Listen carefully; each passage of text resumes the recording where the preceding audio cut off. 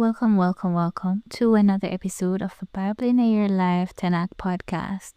Today is week 21, day 3, and we'll be reading from Jeremiah 32 to 33 from the Complete Jewish Bible. Our Father, as we hear Jeremiah 32 and 33, help us to use your unshakable faithfulness in difficult seasons.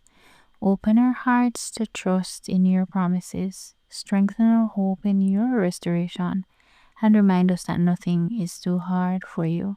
Amen. Jeremiah 32. This is the word that came to Jeremiah from Adonai in the 10th year of Zedekiah, king of Yehuda, which was the 18th year of Nebuchadnezzar. At that time, the army of the king of Babel was besieging Jerusalem, and Jeremiah the prophet was imprisoned in the guards' quarters attached to the king of Yehuda's place, where Zedekiah, king of Yehuda, had imprisoned him after demanding, "How dare you prophesy that Adonai says, I will hand this city over to the king of Babel, and he will capture it." Zedekiah, king of Yehuda, will not escape from the Kesdim, but will certainly be handed over to the king of Babel, who will address him face to face, with their eyes meeting, and he led Zedekiah to Babel, where he will stay until I remember him, says Adonai. And even if you fight the Kesdim, you will fall. Jeremiah said, "The word of Adonai came to me, Hanamel, the son of your uncle Shalom, which approached you and say, Buy my field at Anatot. You have next to kin's right to redeem it, so buy it." As Adonai had said, my cousin Yamanel came to me in the guard's quarters and said, "Please buy me a field at Anatot in the territory of Benjamin, because you will inherit it, and you have next of kin's right to redeem it. So buy it for yourself." Then I was certain that this was Adonai's word. So I bought the field at Anatot, which belonged to my cousin Hamanel, and weighed out the money for him, 7 ounces of silver shekels.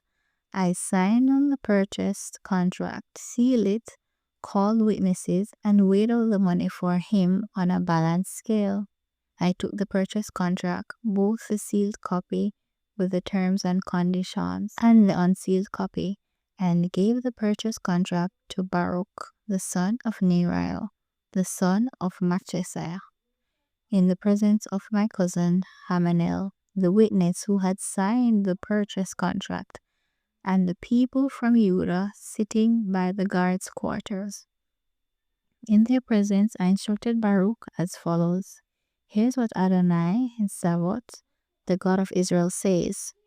Take these contracts, both the sealed and unsealed copies, and place them in a clay jar so that they can be preserved for a long time. For Adonai Zevot, the God of Israel, says that one day homes, fields, and vineyards will again be brought in this land. After giving the purchase contract to Baruch, son of Neriah, I prayed to Adonai. Adonai God, you made heaven and earth by a great power and outstretched arm. Nothing is too hard for you. You display your grace to thousands, but also repay the guilt of the fathers into the lap of their children and follow them. Great, powerful God, whose name is Adonai Zevot, great in counsel, mighty indeed. Your eyes are open to all the ways of human beings in order to repay each one according to his ways, according to the consequences of what he does. You gave signs and performed miracles in the land of Egypt, which continue to this day, also in Israel and among other people. Thus you made yourself a reputation you have today. You brought your people of Israel out of the land of Egypt with signs and miracles, with a strong hand and an outstretched arm, and with great terror. Then you gave them this land, which you had sworn to their ancestors that you would give them, a land flowing with milk and honey. They entered and took possession of it, but they did not pay attention to your voice, did not live according to your Torah, and did nothing of all you ordered them to do. Therefore, you made this complete disaster befall them. The siege works are already there. They have come to the city to capture it, and the city, by means of sword, famine, and plague, is being handed over to the Kasdim fighting against it. What you foretold is being fulfilled here. You see it yourself.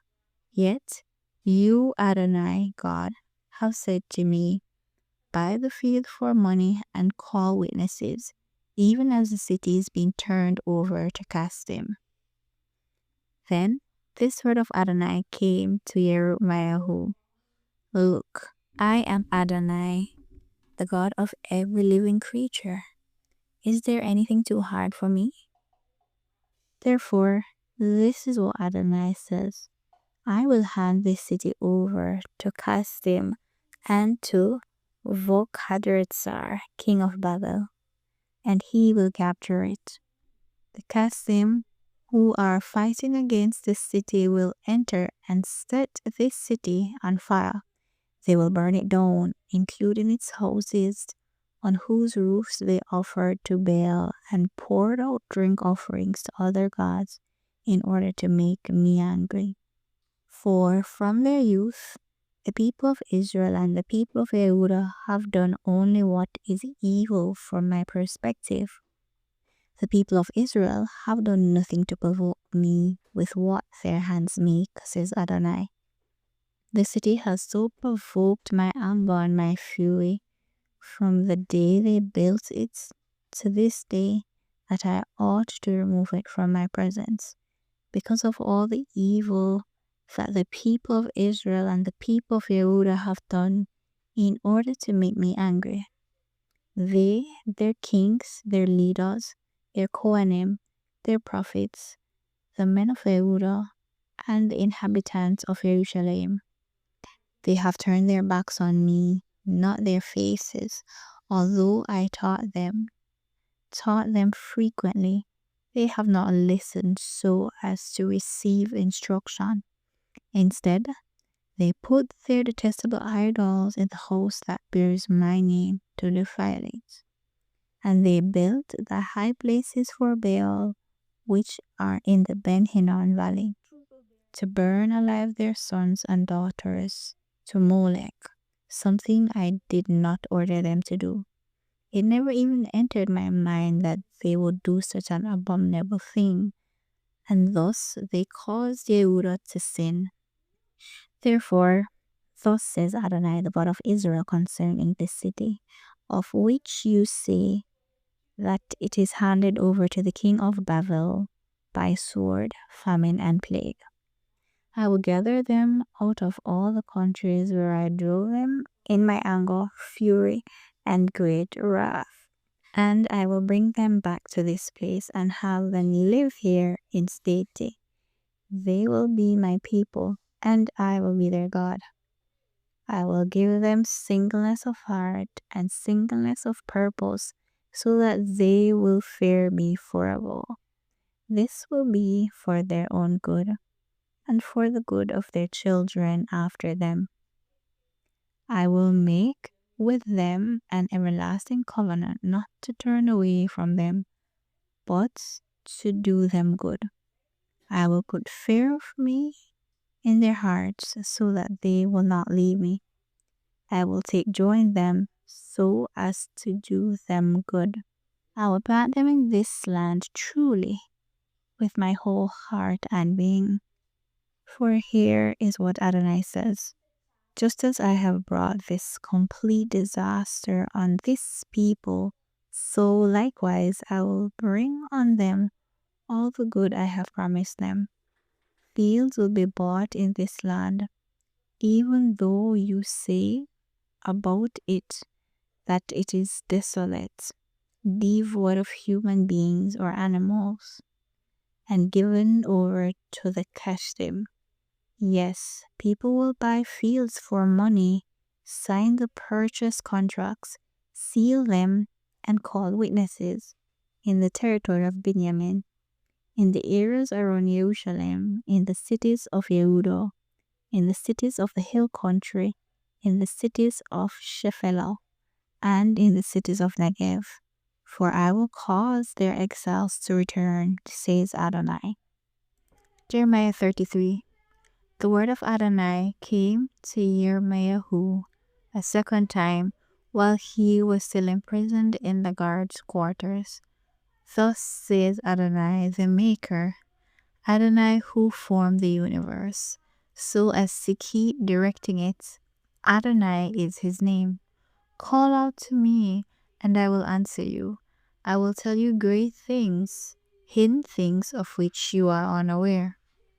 For here's what Adonai, the God of Israel, says concerning the houses of this city and the places of the kings of Yehudah, which are about to be destroyed and used as siege works and ramparts, where they will come to fight the Kasdim. These places will eventually be filled with the corpse of people whom I am striking down in my anger and fury. Everyone whose wickedness has caused me to hide my face from his city.